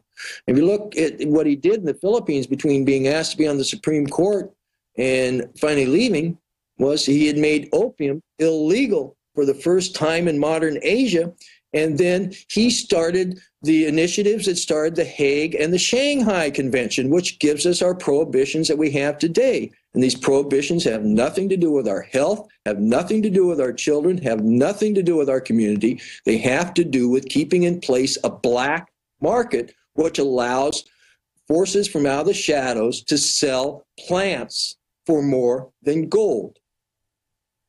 So that's, you know, that was, they got the Spanish-American War, okay? And then the next thing, what do they do? Well, Taft was president, and they got in place the Federal Reserve. Now, Taft said he wasn't for it, and so Wilson got Wilson in, and it was passed in the first year of Wilson's on, Christmas Eve. And an interesting thing is Skull and Bones was United States Treasurer at the time, and it was also a member of Skull and Bones who was the president of the Federal Reserve Bank of New York, which is the most important bank. Okay, and so you get the Federal Reserve System in, which is fake money that's owned by somebody else, not by the people. Okay, and so then what do you have to do? Well, you got to get an income tax system. So they got the income tax system in, which was again done illegally, and so then you got to get something for people to get in debt to. So then you got World War I, you got World War II, and then they had this target date of 1950. And they wanted to have in place in 1950, having two things. They wanted to have in television and this modern education system. And you look at the modern education system, it was brought to us quite openly through a big campaign through the Masons, okay? And television, well, you look at Sarnoff and Paley, okay, of CBS. They were both involved in psychological warfare in the military in World War II. Paley had CBS radio before World War II, and after World War II, he wanted to start CBS television. He went to Prescott Bush at Brown Brothers Harriman. Prescott Bush raised all the money for CBS and was on the board of directors until the day he died. Wow. And then, like I say, they wanted to create this drugged out peace generation, okay, and but it kind of backfired on them, because when they were doing this illegality of drugs, they wanted to include cannabis, and one of the things that my studies in CIA drugs showed, that the whole cannabis is a gateway drug and all of that was an op that these guys had been starting to set up, so that, you know, their target was to opiate our whole generation, because they wanted to, again, get rid of a generation, make us weaker, okay? But for want of a better term, the cycle of generations has more moving parts, and so it's more intelligent, okay? And so the boomer generation, you know, we saw all these assassinations, saw this war, all this dissension, and we jumped aside and created a counterculture, okay? And this counterculture was able to sustain itself because some of the people of the generation in the 1860s just went out in the woods and did weird stuff. And this culture was basically a joint of cannabis around a circle, okay? And what came out of the hippies, okay? The History Channel did a big 2-hour special about the hippies, and they said what came out of the hippies was the personal computer and the internet, okay? And those are the tools that we as a society are using to fight this corruption that the secret societies are bringing to us, because that's all it is. It's just corruption and criminality, okay? But the personal computer allows me to talk to you right now, and also it allows me, one person, to make a book, okay? And the internet allows me to tell people about it. And the only thing we have from the historical record that even close is like Gutenberg's press. And Gutenberg's press got rid of the oligarchy of that day, which if you didn't believe them, they burnt you at a stake, and then brought us our republic by the books that were printed and were passed around. So I'm very hopeful, because, you know, I started looking into this before the personal computer and the internet, and they were very much able to sequester this information. Because, I mean, Anthony was writing his books. There were people that were writing this, but the information was very sequestered, and you know, and now, you know, we're talking about it. It's good, and so I think good. Well, things yeah, absolutely, because books throughout history, the ability to read throughout history, I mean, has been very limited to the most powerful classes. Of course, now we have more widespread literacy, but there's still the limitation of it takes time to read it. You got to get your hands on it. Television was always meant to dumb us down and have us hand-fed limited channels of information. And you're right, the internet has blown all of that wide open, the pace of information and the amount of information available, and of course the interactivity. It's not someone hand-feeding you the info. You can create your own info and push it out. Absolutely, absolutely. I mean, the internet plays with time and space. You know, it doesn't allow them to keep their intelligence operators in the dark so much, okay? Because they can find out, you know, why it is that they're doing what they're doing, instead of, you know, figuring it out after 20 years after they've been retired and say, oh my gosh, that's why I did that, you know? Because, and so I'm very hopeful, and you know, I'm thankful for you having me on here so that I can expound. We're glad you could join us as well. Actually, do you want to talk a little bit about Trine Day and how that came out, and how you got your hands on all these alternative books, stuff that nobody else really would publish, you've been able to bring out to the world through this company? Well, I was, once the internet came around, I mean, I'd been starting to write about Skull and Bones a little bit before the internet, was trying to get, I'd send it off to magazines and all kinds of places and book publishers. Nobody would do anything. And then the internet came around. I got to meet Anthony Sutton through the internet, became good friends with him. And then I was running an email list, so I still do, called CIA Drugs. And there was a gentleman on there, Daniel Hopsicker, and he was decrying. He says, my book has been with an agent in New York for 2 years and nobody's going to print it. And after hearing that for a while, I finally said, well, Daniel, I've got a computer on my desk and they tell me I can make a book. Let's do it. So I helped Daniel make a book. And then Anthony told me his book was going out of print because at first nobody would print his book here, and he had to get them printed overseas, and they started getting stolen off the docks. And he was running a little newsletter, and one of the members of his newsletter had a mom and pop print shop in Montana, and they said, what do you mean nobody will print it? And so they printed it for many years. But they were shutting up their shop and were retiring. And so it was going to go out of print. And I said, Anthony, it can't go out of print. And it's never been in hardback. We need to put it in hardback. See, we can't get into libraries. So I went out and borrowed $5,000 and started a printing company, or started Trying Day. And once we were out there, I mean, it was amazing the response I would get from, all these different authors. I mean, I've got world-class authors, just a bunch of them, who nobody would print their books. Nobody would print them. And, I mean, I don't know, I read the Constitution. It seems to me there shouldn't be any problem in just printing a book. And so I just started.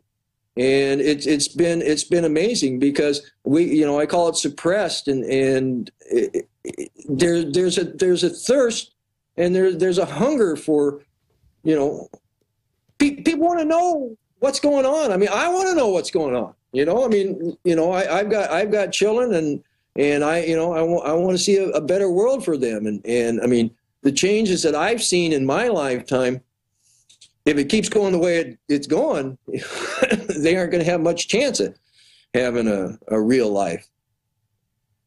So I do it because I like the Constitution of the United States, and I want a better life for our children. And, I go to our website, tryingday.com, and please support us and buy some books. And we've got a lot of them at Infowars, too, at our Infowars store, and here's just 3 of them. I think we have more than 10 of your titles, but of course, Fleshing Out Skull and Bones. And this is great because this used to be out of print. I think I got my personal copy when it was like $70. Now it's $25. That's an incredible deal because it's got Tarpley's work in here, Sutton's, your research, Iserby's. I don't know these other authors, Altman and Bunch, but there's so much information in this book. Anthony Sutton's book has charts and diagrams and follows the family names, the political connections, and America's Nazi Secret. We had Loftus on last week. He's also interesting on some of this whole hidden history driven by these secret societies. And once you open your mind to that and begin to follow the facts and realize this really is going on, it's not, quote, conspiracy nonsense or something, that this is based in the real history and it's just the beginning of understanding what the real history is, you'll never be the same. That's what I think. Absolutely. Absolutely. I mean, you remember a time, don't you, when you thought the Federal Reserve was part of the government and your money was real money? Well, I think we all had to learn, yeah. Yeah, I mean, I thought that, it took me, what do you mean it's not part of the federal government? What do you mean? But there's really no going back once you start to understand, And so I strongly recommend people to look into it, find something that interests you and follow it down. And yet Mr. Loftus is just amazing. I mean, that book that we published of his had been nominated for a Pulitzer, and it had to gone through CIA censorship. When it was on 60 Minutes, Mike Wallace got an Emmy for the show that he had for that book. Then we finally get to publish it without having to go through CIA censorship, and we get no interest from the mainstream media at all. Matter of fact, I get some AP reporters call me up and say, "Oh, send me a copy of the book." And we send them a copy of the book. And then about, week, 10 days later, these two guys have a front page story on the New York Times all about what's in Loftus's book, except not going quite as far. It's, they're doing a modified limited hangout, and doesn't mention John, doesn't mention his book at all. It's just amazing. And the stories I could tell you about what has happened in Hollywood, on people that have wanted to make these books into movies, it just, makes you cry almost. I mean, it's just amazing the stuff they pull. They don't like me printing books, but they definitely do not want any of these books and any of these stories into movies. They just pull out all the guns. It's amazing, isn't it? You've pretty much said it about the drugs and the CIA, but there's no question that there's a common link, A, between Skull and Bones, CIA drug running, but B, between a lot of loosely connected, seemingly unconnected events from Iran-Contra and the modern day JFK assassination and so many coups and plots around the world, is there not? Absolutely. Absolutely. I mean, it's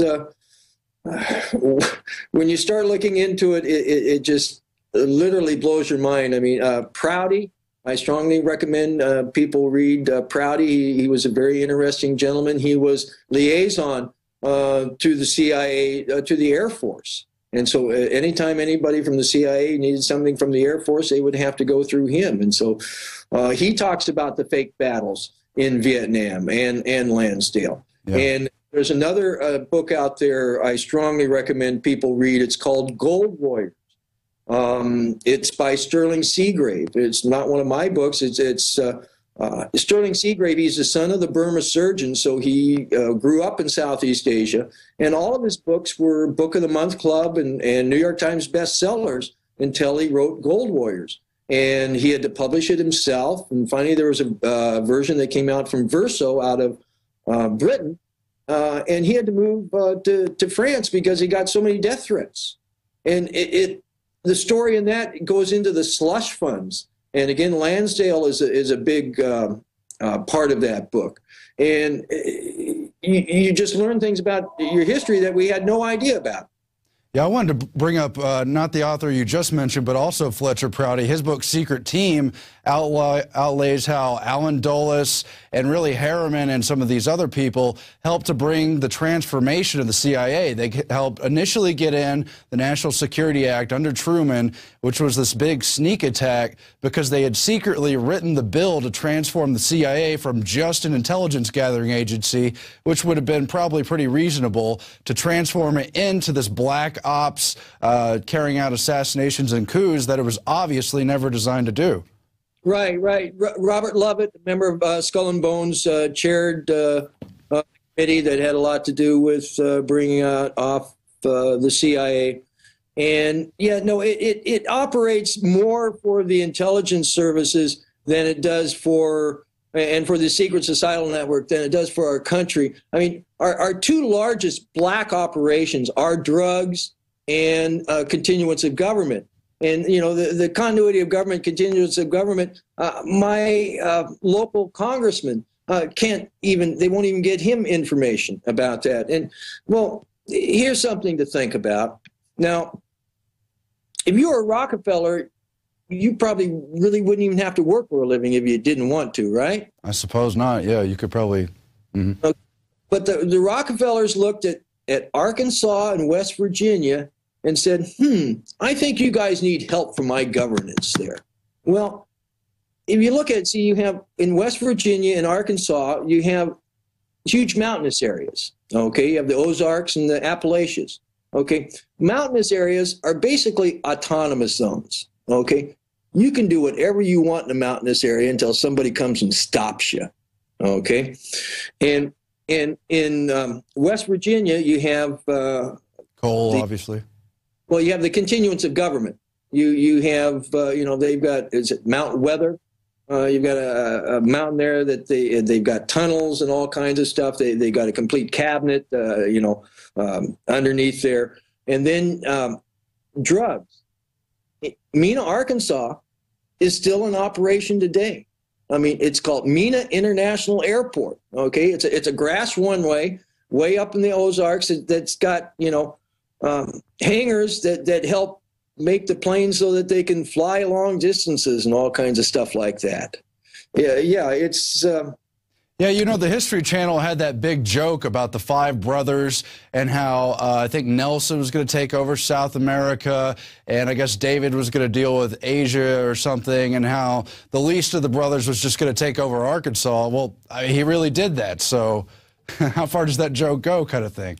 Right. Well, you know, Watergate's very interesting because, again, it was a planned debacle. Okay, because they need to get rid of Nixon. I mean, where did Nixon come from? You need to have Loftus on again, and you can talk about Nixon. I mean, Nixon basically was a blackmailer. Okay, you read any of his, you know, transcripts and stuff. I mean, if there's a problem, if Nixon doesn't say, "Hey, we can blackmail him," one of his staff says, "Hey, we can blackmail him," because that was his modus operandi. And Nixon got into power by blackmailing the Dulles brothers. He was a lawyer running around New York at the end of the war, finishing up these contracts. He came across papers from Paperclip and Crossbow, and he blackmailed the Dulles brothers. And that's how come they sent, you know, you've got that cute picture of Prescott Bush, you know, fixing Nixon's hat. And, you know, Prescott was the guy. In 1952, okay, the lead guy for the Republicans was a member of Skull and Bones, Robert Taft, okay, but he was traditionally boring. And all the polling showed that Eisenhower would beat anybody, and it didn't matter if he was a Democrat, Republican, or something else. And so Prescott Bush went to SHAEF headquarters and asked Eisenhower, he says, "Ike, what are you? We want to know what you are. Are you a Democrat or Republican?" And Ike says, "Well, I'm a Republican. I thought you guys knew that." And then guess who shows up the very next week at SHAEF headquarters? I'm guessing a Bush of some kind. Averell Harriman. Oh, okay, another Whitney, right. Robert Lovett and Dean Acheson, okay, all working for Truman at the time. These are the wise men you're talking about, the so-called wise men. I've got the book cover right here. I'm showing people. They show up, you know, and Lovett and Harriman are members of Skull and Bones, and Acheson's a member of Scroll and Key, another secret society. Also at Yale. At Yale, and you know, and you know, they then put Eisenhower in, okay, and they came to Ike because see, Ike was a guy who had put boys on the beach. Okay, he you know, he knew what it was to do an operation that people were going to die in. Okay, so they came to him and they says, "Hey, you know, we don't have to send boys on the beach. We can send in a couple spooks, and you know, and get it all done." And Ike says, "Oh yeah, and don't tell me because then you know I won't know anything." And they said, "Great."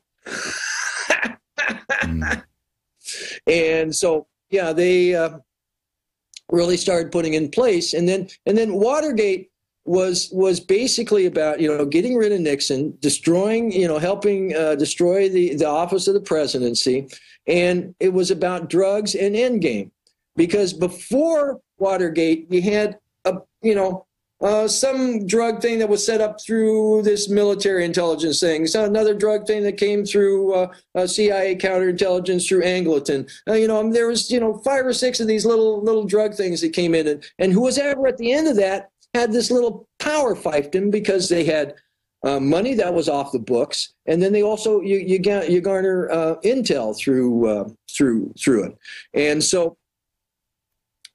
They wanted to take all of those separate little things and put them into one aegis. And then Watergate was about endgame, because you had this guy by the name of, appointed president by the name of Leslie King. Okay, that's Gerald Ford's real name, is Leslie King. Okay, he comes from Omaha, Nebraska. For money, he comes out of the mind control milieu. Okay, and whenever they need a stooge in there, he's a handy stooge to him. And if Sarah Jane Moore or Squeaky Fromm, one of Manson's followers, would have been better shots, okay, Nelson Rockefeller would have been president of the United States. And because of the Nixon and Spiro Agnew thing, they had just changed the laws and stuff. And so he could have been president for, 10 years or more. But that didn't happen. So what happened after Gerald Ford? We had David Rockefeller bring up Jimmy Who, and they besmirched Jimmy Who. A little peanut farmer. Yeah, and brought us in, Ronald Reagan and Vice President Bush. Bush basically ran that. And if Reagan didn't think so, they shot him, what was that, 80 days into the thing. Oh, okay. Very suspicious, very Bush. And then Bush, they took all these drug things and put them through the aegis, basically through National Security Agency, because there you've got the military and the spooks together. And you're running it through, what was his name? The guy out of Arkansas. He's an NSA guy. Are you talking about Barry Seal? Well, Barry Seal, but no, this is the guy Barry Seal was working for. He ran the Rose Law Firm. He was a big bond operator there. He had Altel. I just can't think of his name right now, but he was a big NSA guy. And you can see where they started taking the drugs money and then started putting it into the stock market in the 80s, about 82, 83. And then they started using all these big slush funds to really affect the economy because, Daniel Estulin started talking about this thing called demand destruction, something he got from the Bilderberg meeting notes. And it's basically,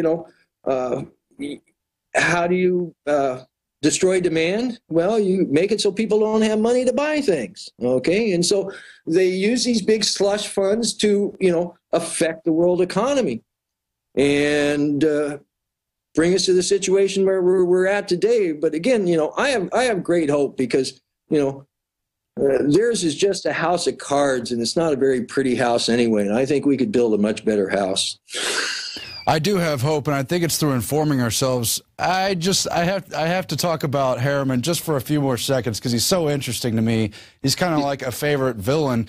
But what happened for me was when I begun to look into what's up with Prescott Bush and the Nazi financing, that's when I came to Sutton's book and a lot of your sources and things. But I also read these limited hangout books like The Wise Man by Walter Isaacson, who himself is a Rhodes Scholar. But at the same time, it's got a lot of great info. And on the white column, you've got Harriman, one of the most distinguished diplomats in American history. He was a governor. He could have been a president. He was our top ambassador to both Britain and Russia. Knew Stalin better than anyone else in history. But then when you read the real history, there's that black column where he's running all these things behind the scenes and really negotiating for his real friends who really run things while appearing to negotiate on behalf of our country. It blows me away how fascinating it is when you get into the details and learn who the names are. Right. And then there's Stimson. Stimson was Skull and Bones, and he worked for like 7 different presidents, as Secretary of War, Secretary of Defense, and just all kinds of things. And he takes great pride into talking Harry Truman into dropping the bomb and all these kinds of things. Exactly.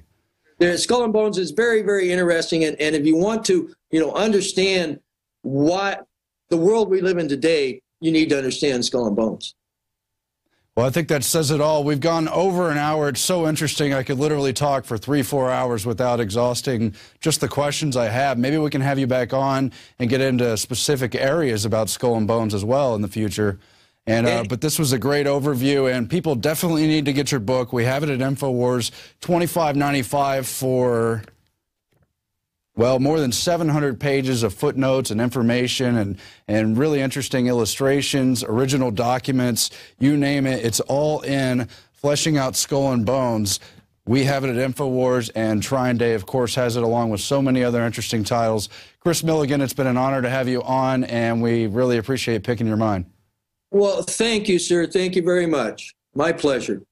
All right. Until we speak again, thanks for having us. And that's it for the Infowars Nightly News. We'll be back again next week, and we have a lot more to come in the future of this fight. But please help support us at prisonplanet.tv, where your membership helps funds our operation and allows you to get out the information. But, of course, we also have planetinfowars.com, where you can create accounts, get your networks going locally and around the world, and help fight this information war your way personally as you support us all helping to get this information out. Thanks. Good night.